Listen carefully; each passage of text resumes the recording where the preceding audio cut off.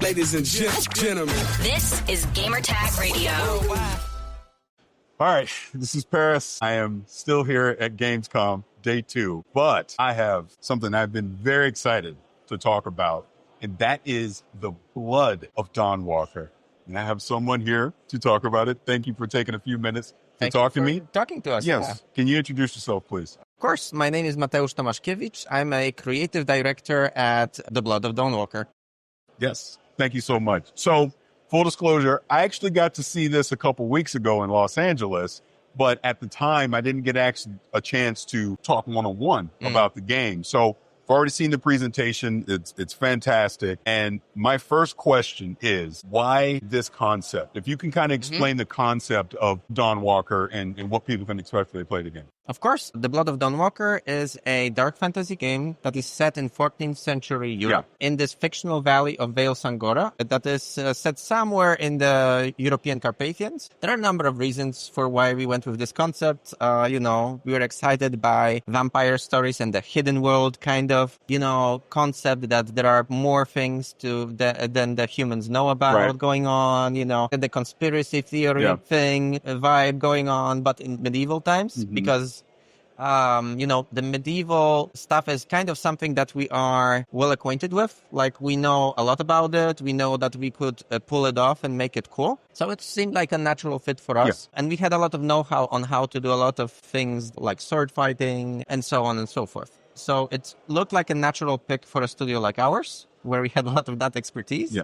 And at the same time, we had a number of ideas that we wanted to check out and try out. Like, there's this concept that the game is based on that is we call the narrative sandbox, which means we wanted the game to maximize the player's agency. So you can do as many things as you want, the way you want to do them, but at the same time retaining high quality of writing, storytelling, and like these, cool custom-made quests that we are known for, right? All that sounds fantastic. Now, actually, just let's jump into the main character first. So kind of talk about the main character, and we'll go into from there. Yeah, of course. So the main character, Cohen, he gets turned into this creature early on in the story that we call the Dawnwalker. And it's not exactly a vampire. It's not fully human anymore. So he basically turns vampire at night, but he can still walk in the sun. The big thing, though, is he gets a different set of abilities during different time of the day, right? So during the daytime, when the sun is up, he uses magic, for example. He doesn't have his vampire regeneration and so on and so forth. He is still a skilled warrior because his father taught him to use the sword. Right. Again, he can use magic, which can be very powerful in our world, different hexes and different combat techniques. He gets access to things like questioning the dead by using spells, right? Which can open up like quest opportunities and so on. And in the nighttime, he fully changes into a vampire and he needs to feed on blood. He gets all these powers like the vertical traversal with the shadow step and the plane shift, which is kind of like walking on walls, right? So you get access to all these areas that you couldn't access as a human. As I said, there is a downside. You have to feed on blood. Your health doesn't regenerate automatically. And if you're not careful enough, you can even, if you keep him hungry, it can lead to certain important NPCs dying even. I was going to ask about that. Yeah, if you enter scenes, like with him being really hungry, and there are indicators in the game, you will be able to tell, he might lose control and just kill those people. And we allow the game to kill off some really important NPCs, majority of NPCs, so you can cut off entire quests sometimes if you're not careful. And I think that's what really intrigues me about what you're bringing into this is the fact that, sure, the entire quest lines, the story can change because of a fact like you kill off an important NPC. Yeah. So even along those lines, like I love essentially the day-night concept of during the day you're a human, you have certain abilities that you already addressed. Then you have the vampire abilities at night. So even from a story standpoint, can you tackle any quest? Like is there specifics like I have to do this as a vampire or I have to do this as a human?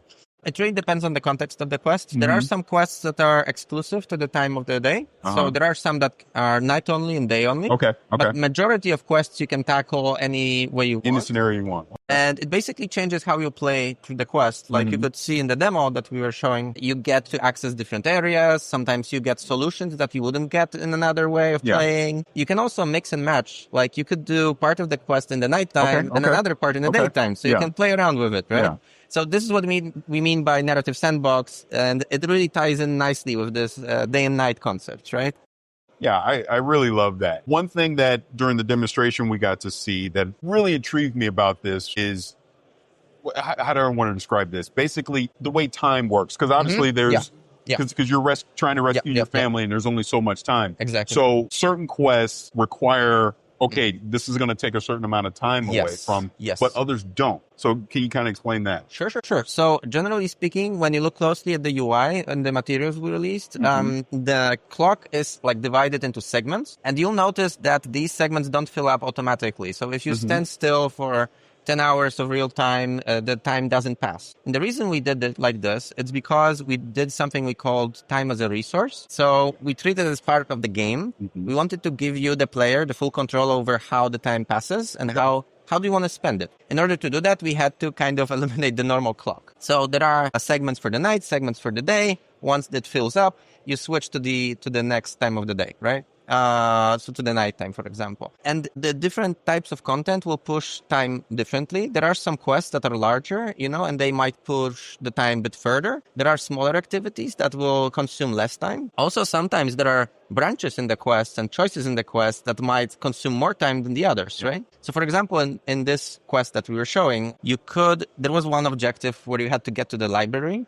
And there was the long-winded way of like doing the quest for this guy, so he lets you in. But you could also like just find your way in illegally, let's call it, during the nighttime as a vampire, right? And it will take you less time to do this. So you can think about it strategically and figure out your own ways of completing these objectives that will consume less time. Sometimes maybe you want to bribe someone instead of trying to convince them. Sometimes you might want to try to avoid interacting with certain things to do a different way, right? And it's really up to the players, right? But one very important thing about this is like we always very clearly telegraph. We are putting a lot of effort into this to telegraph it to you. So you feel like you're in control and you know which actions will push time forward and which won't, right? Okay. So you can make these choices consciously because again, we want it to be a part of the game. We don't want to ambush you with it at any point, right?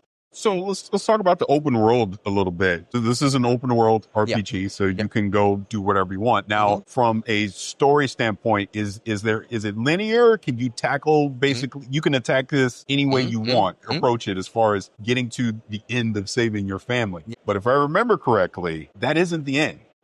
You could technically fail the mission of saving your family, but that would be the end of the game goes on. Like we don't think about it as a game over. It's not a hard deadline. I mean, it is in a way, but the game will move on and it will change significantly. So you might want to try it out if you want. It's up to you. Do it at your own risk, right? But generally speaking, open world wise, after the prologue of the game, we let you out into this world and you can tackle the objectives any way you want. A lot of the big quests even are not like handed to you from the get-go, right? You kind of have to find them. So for example, certain factions you have to figure out how to get to and like if you want to cooperate with them. Or, you can decide to just go at the castle, like build up your strength and just attack the castle on your own and rescue your family. It's really up to you, right? Okay.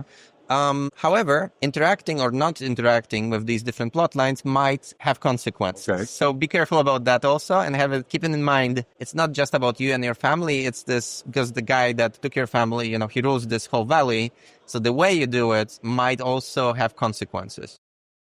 Now, speaking of the open world, as far as just things that you'll encounter, what we got to see during the demo was a lot of human enemies, some vampires as well. But are there other things out there in the world that you'll encounter? Yes, definitely. There are other things to encounter. Some of them we already shown in different materials. Like in the material you might have seen, there are these creatures, for example, called Uriashi. They are these creatures from like a Carpathian lore. Basically, they live deep in the mountains. They're like beastmen, and they were hiding from humanity because like in wars, long past, they were almost eradicated by humans when the humans expanded. And now they're back, right? Because Brentsis took over and he saw them as these strong warriors that could help him. And he convinced a number of them to join in, come out of the shadows. So You have Uriashi, you have kobolds that live deep in the mines. Vale Sangora is full of mines because it's rich. The mountains are rich with silver, so the miners dug deep and sometimes too deep, of course. Yeah. You have these.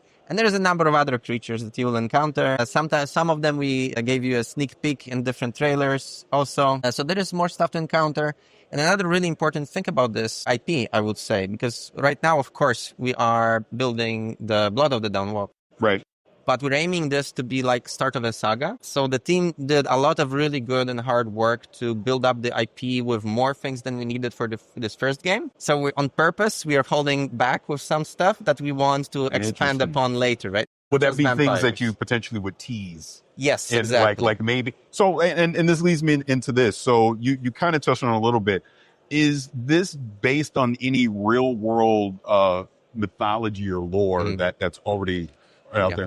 I mean, some of it is. We take some stuff like the Uriashi, like the kobolds, which were present in different cultures. Of course, we mix it a little bit in our own way. We have this deep lore that kind of informs a lot of the design choices, which again, we will not like reveal fully. We want people to have their own theories and so on, right? But absolutely, we look into the folklore. And in this case, the Blood of the Dawnwalker, again, it takes part in the cups. But the next games might, explore other regions of the world, and definitely we'll be looking at the different folklore from these regions to bring the familiar that people might recognize, the cultural heritage of a specific region, and make it our own, like twist it in a way that fits the lore and kind of explores it in interesting ways. Right. So in other words, you're not beholden to the actual lore. If you need to tweak some things for the game, you're open. Exactly. It's the same with like the vampiric lore, for example. Like it's been present in the pop culture for so long. Like a lot of these myths people know by heart by now. Right. So we paid attention to twist it a little bit in our own ways, right? So it fits again this deeper lore. Like for example, the way you create the vampire is very different in our game. You actually have like the vampires, they grow teeth their whole lives, and the very old ones like Xanthi, they can grow the teeth in very weird places, like up her head, not just the mouth. Yeah.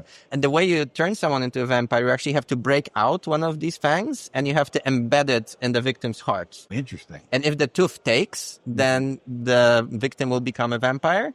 But sometimes, like in Cohen's case, in a weird tangent direction, in cases of, like, sometimes it can even turn you into this monstrosity. Like, we have these Murani that you can also see in the demo. It's this feral vampire, right? That's, like, its visage, like, it's twisted, like, in some unnerving ways, and it's, like, completely feral and not in control of their actions, right? Okay. In Cohen's case, his transformation went badly, or like in a weird tangent, which actually gave him some advantages over vampires, right? Because he can walk the sun. Yeah, he's almost like Blade in a way. He's a daywalker where he gets to do that stuff. Yeah. So just sticking with the open world for just a second here, just the size of it. If I remember correctly, we were talking about this at the LA event. Kind of the comparison from a size perspective would be like Blood and Wine from The Witcher 3. If you want to look at the size itself, maybe. However, I would say, like, I prefer to use like hours of playtime because it is very dense with content. Yeah, and that's what I was going to ask. Yeah, so very dense. I would say for an average player, it should take about 40 hours of gameplay. But I think for completionists, people who want to explore every part of this valley, like check every readable and everything, they can probably spend more time in there. Now, kind of going into the RPG aspects of this, first of all, there is crafting in the game. There is crafting in the game. You can craft different consumables for yourselves. Yeah, we do have it. And weapons, armor, is that upgradable, or is it just you find new weapons, armor throughout the world? I guess what I'm asking is, like, say you get a new weapon, is it how does the equipment work? Yeah. I mean, generally speaking, you can find a variety of equipment. We have a number of slots, like you have the chest pieces separately, pans, you have talismans, rings, weapons, of course. Some of them can be upgraded, actually. It really depends on an item. I know this system is kind of in the works still, so I don't want to get into too many details there. But there is a lot to find. And of course, they have different visuals. So I know some players enjoy just dressing up their character in different ways, not just for the stats, but also for the looks. So I would say there's a nice spread there also to play with. So yeah. So even that, with the split between being human and vampire, is there certain advantages with weapons or armor that you could get that'll add stats? Yeah, absolutely. So this is slanted towards a vampire, this more human. Absolutely, and not all of it is like linear growth, because sometimes, for example, the armors, we have like heavy armors and lighter armors. In order to use them effectively, you need to build your character build specifically, right? Okay. Like you need to learn how to use heavy armors effectively, for example, right? We also have these different tiers of quality of items, and this also ties into the character development. So it's really up to you, how do you want to build your character? Because maybe you want to specialize in some direction and not other. Now, will you be able to respec it all? This, I think so. I don't want to TBD, I would say, Okay. but I think I did see it somewhere in the design docs. Yes, because I guess that's what my main curiosity is, and I do want to talk about combat after this. Is so when I am a human, can I basically spec out as a human, and there's certain gear I want as a human, but then at night I want to put on different gear because that's going to suit me better as a vampire. For example, you could do that, I mean, the human tree, it has a lot of perks that revolve around magic, because this is like the unique thing for the human. The sword fighting can be shared, actually, because as a vampire, you can decide to use the claws, but you can still use your sword if you prefer. It still works with the vampire powers. So it's really up to you. The human has magic and sword, the vampire has powers and the claws or the sword. It's up to you. There are different builds you could experiment with. You could, in theory, if you wanted, also focus on playing it as solely as a vampire, right? It's not something I would recommend because it would require you to skip time a lot, which means spending a lot of time. Right. I think it plays the best if you mix and match, and have fun with both. And I think this is when the game is at its best. But if you want, you could play it this way as well. And going into combat, even more specifically the sword fighting, so there will be parrying, things like that. Yeah. And is that something that you can upgrade, as time goes? Yeah. You can build on this. There is a skill element to it and the stats element to it, the RPG factor. But actually, went already through multiple iterations and changes after the community feedback. So the core foundation of it is the directional combat, directional blocks and directional attacks, right? So you need to be paying attention to your enemies, like which direction they attack from and where are they parrying and so on. However, I know that there is a number of people that, it feels like a bit too much for them. So introduce these omni attacks and omni blocks, we call them. This thing that you can decide to use, which is, for example, you can decide to block without specifying directions, and it will block the attacks. It will still give you the block. However, it will consume some of your stamina. So it kind of changes the dynamic of the game. There's a penalty to it. Now you kind of have to keep the track of stamina. You can decide to use dodges more instead of blocking as well, if you like that. I, for example, enjoy dodging more than blocking. But my brother, for example, the thing he does that he really enjoys is he likes doing the directional blocks because he feels good parrying them and like countering them and so on. But then for the attacks, he uses omni attacks. So he feels better. It flows better for him when he just does these random attacks from different directions without specifying the direction. So in other words, you're really going to allow the player to decide how they want to engage with that. That's great. Now, one thing on that is difficulty. Will there be scaling difficulty levels? Players can choose difficulties. The number of them we are still deciding, right? Okay. I'm not sure about the enemies themselves. This is something I think we still have in the works because actually we are in pre-beta right now. So we're at the point where we're tweaking the economy and the balancing. So this is something that is being cooked right now. Yeah. Exactly. But what we know for sure is that we want to allow you to pick different difficulties and like customize your experience to the degree we will be able to pull it off technically. And you just mentioned economy because I was going to ask that as well. So will there be shops, things like that, where you can purchase these things? Absolutely. There are different shops, different kinds of shops as well. There are some interesting types of shops also, because the vampires, they don't like silver. It's one of their weaknesses. Yeah. The trade of silver is prohibited in the valley. However, there are some people, some smugglers that want to profit off of it, right? Like buy the silver from people of Vale Sangora illegally and then sell it for a big profit outside of the valley. Right. And if you manage to find these NPCs, you can actually make a good dime on these. So, you kind of can play around with the types of merchants and what they sell. All right.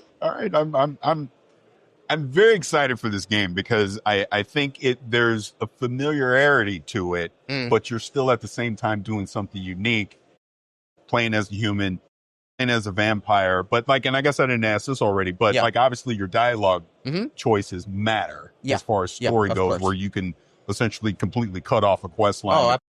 Yeah. Now, how will that act as far as NPCs go? Will they remember certain decisions, and that's how they'll interact with you? Yeah. I'm like rapid fire right now, but factions, are there like factions in the game? Things like that? You can choose allegiances.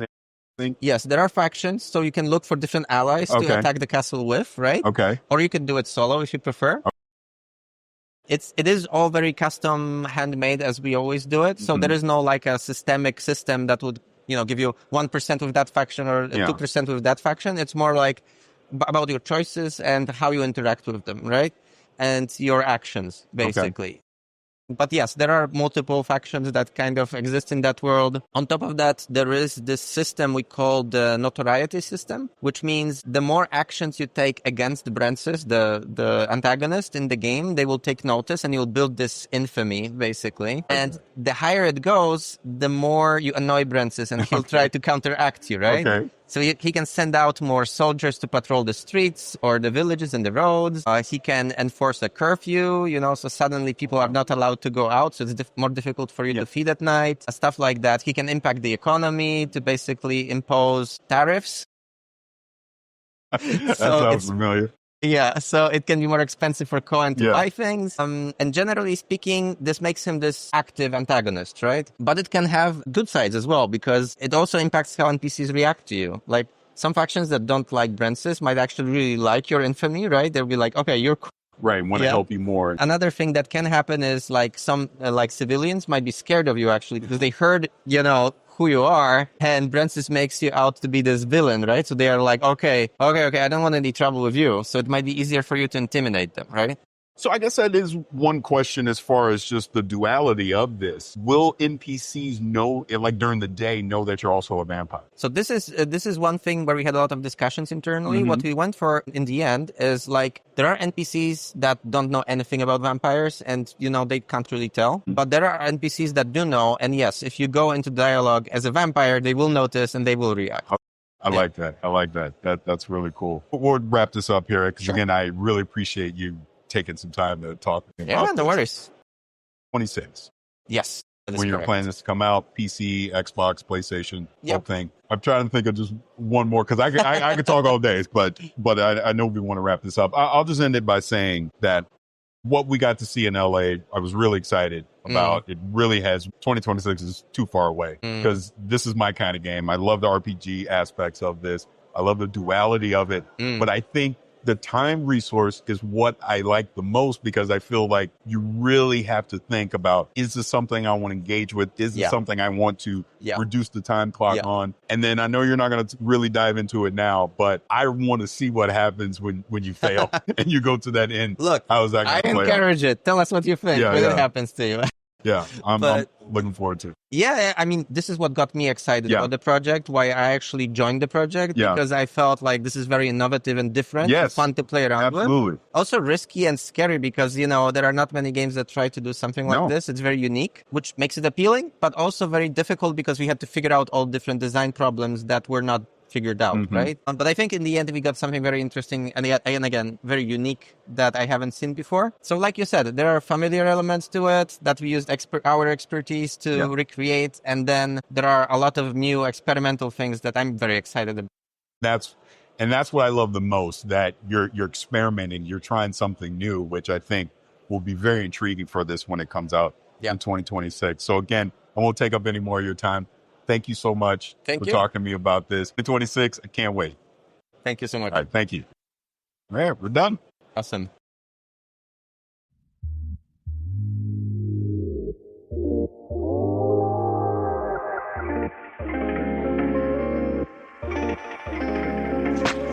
Thanks for listening to Gamertag Radio. Be sure to like us on Facebook and follow us on Twitter.